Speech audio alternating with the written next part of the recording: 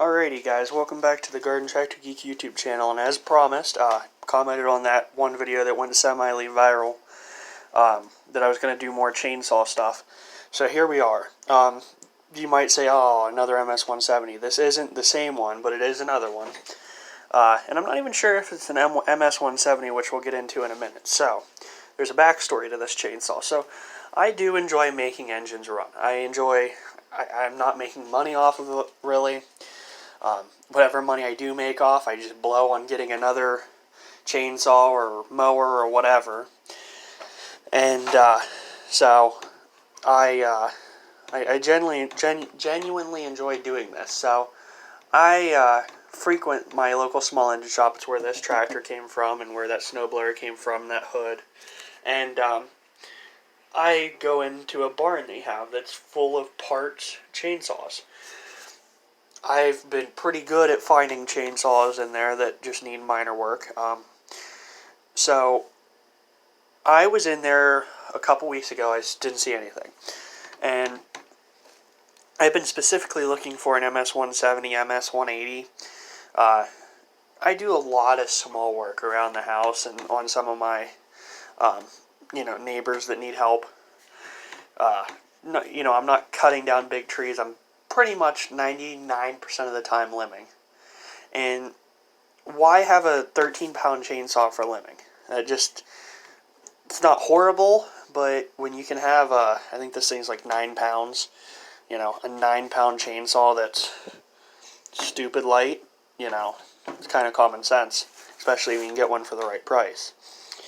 So I was in the barn, and I just happened to notice this at the corner of my eye. It was under a whole bunch of chainsaws in the Stihl section of part saws. And I pulled it out from the pile, and to my surprise, it was complete. And I was like, well, it's got to be locked up. Pulled it over. I mean, it's for a 30cc saw. I mean, it's got compression. It wasn't locked up. It wasn't loose. I was really surprised. And I'm like, okay, well, why is it in here? Quickly found out what our problem was. It was this linkage. So, I didn't really look into the linkage, but I went into the shop and brought this chainsaw in, and needless to say, I brought it home for $35. They originally wanted a little more for the saw, but I pointed out the linkage issues, and I didn't know that these earlier MS170s had a linkage issue that was common but fairly easy to fix. Now, we're going to get into that. So I took her home for $35. No bar, no chain. I knew that Walmart carries these 14-inch Oregon bars, which for me on an MS170, I think 14 is the right size bar and chain. It's a 30cc saw. I see, just for example, the Husqvarna, the 435. I believe that's a 40cc saw. That max, I think, is still a 16-inch bar and chain, and that's, 10 more cc. So, for that being said, I think a 16 on a 30cc saw, and no, I'm not trying to start a brand war here. That's not what I'm meaning. I'm just saying I feel a 14 and below is perfect for the MS170. I think 16 is just pushing this saw too much. So I opted for the 14-inch bar at Walmart. I paid $22 for it with the chain and bar, mounted right up to the saw. It's been oiling good. The bar was soaked in oil. So that's always good. Now, anyways, I did skip ahead to the bar and chain. I bought this today. This was yesterday. So I brought this saw home, and I quickly realized what was happening. Now, if you go on YouTube and search in MS170 choke problems or choke linkage problems, you'll quickly find out the fix to this. So, this is just my way of fixing this saw as I plan to keep this saw. I have a big 52cc compression release, 18-inch bar, big Husqvarna 350. For a homeowner saw, that's fairly up there, especially for what I'm doing. And it's a nice saw, but it still can get a little fatiguing when 99% of the work you do is limbing.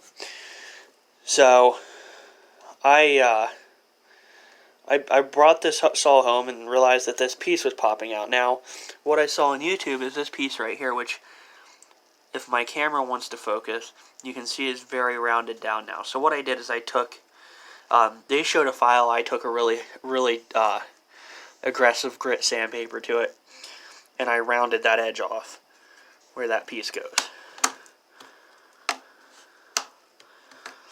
So I found that this works 99% of the time, and it would sometimes pop out if the linkage got caught up, and I didn't want to have to deal with that. I could be out, away from home, and if this linkage pops out, well, that's kind of a pain in the butt.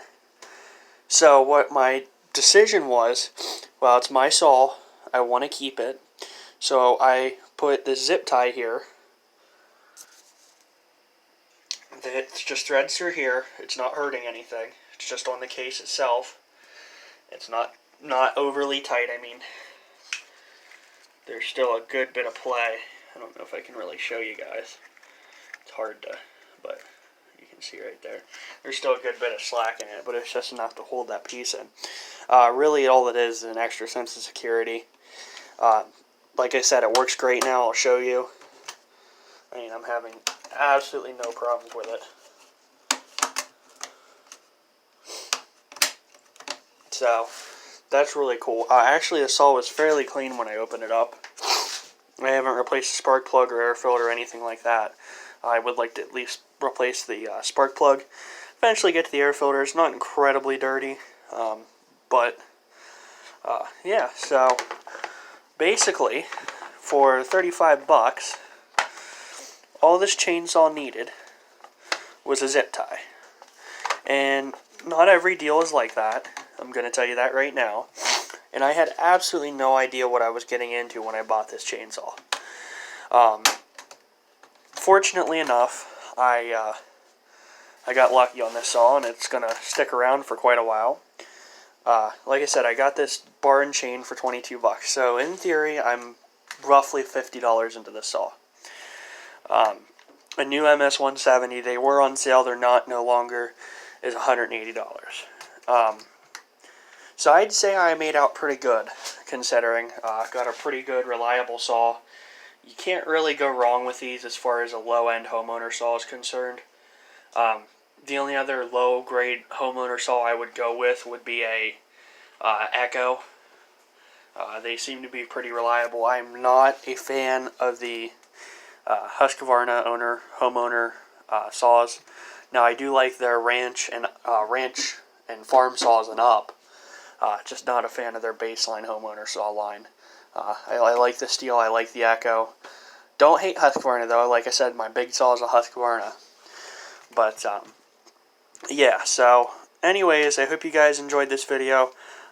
Maybe if I have some time, I'll do a video of the 350.